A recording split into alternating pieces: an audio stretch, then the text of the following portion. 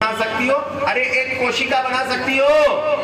नहीं बना सकती। इसका मतलब इन्हें ये शरीर बनाना इन्होंने नहीं बनाया। बनाना इन्होंने बनाया होता तो इन्हें बनाना आता, तो फिर किसने बनाया? पिताजी ने बनाया होगा। तो कई पिताजी बैठे, इनसे पूछ लो, ये भी नहीं बना सकते। इसका मतलब इन्होंने भी, माँ ने नहीं बनाया, पिताजी ने नहीं बनाया, किसने बनाया भाई? Doctor, engineer, scientist. अगर उन पे बनाना आता तो उन्हें जो बनाना आता है उसकी फैक्ट्री लगा देते। फ्रिज बनाना आया, फैक्ट्री है।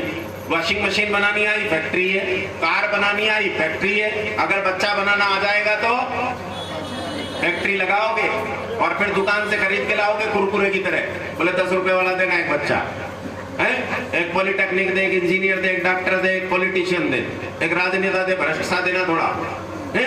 दुकान से खरीद के लाओगे, जैसे बिस्किट लाते हो, नमकीन लाते हो, वहां से खरीद के लाना पड़ेगा, लेकिन वहां से नहीं मिलता।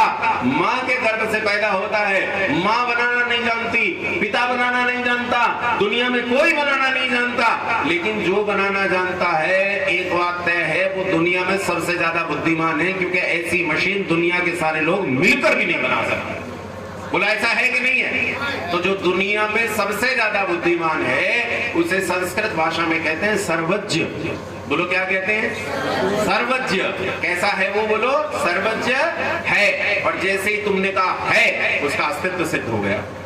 है कहते ही अस्तित्व सिद्ध हो गया, क्योंकि सर्वज्ञता एक गुण है और गुण गुणी के बिना नहीं रह सकता। मैंने कहा मीठा, तो ये बोलो मीठे को मीठा होने के लिए किसी वस्तु में होना पड़ेगा कि नहीं?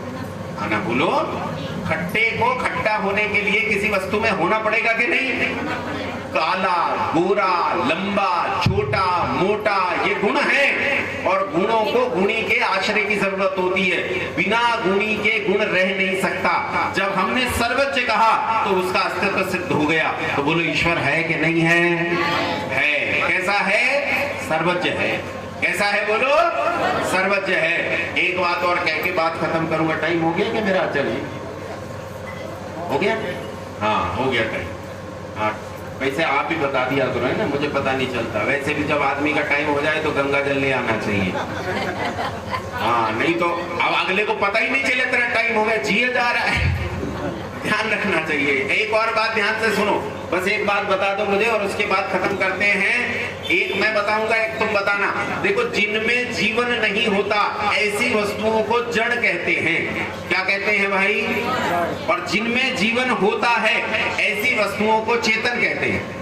बात समझ में आई कि नहीं आई? ये भवन बोलो जड़ है कि चेतन है? जड़ है। और ये माइक और ये बाजा और मैं कैसा हूँ?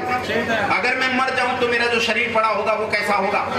वो जड़ होगा। बात समझ में आई? अब एक बात तुम बता दो, बुद्धि किसके सहारे रहती है? जड़ के सहारे कि चेतन के सहारे?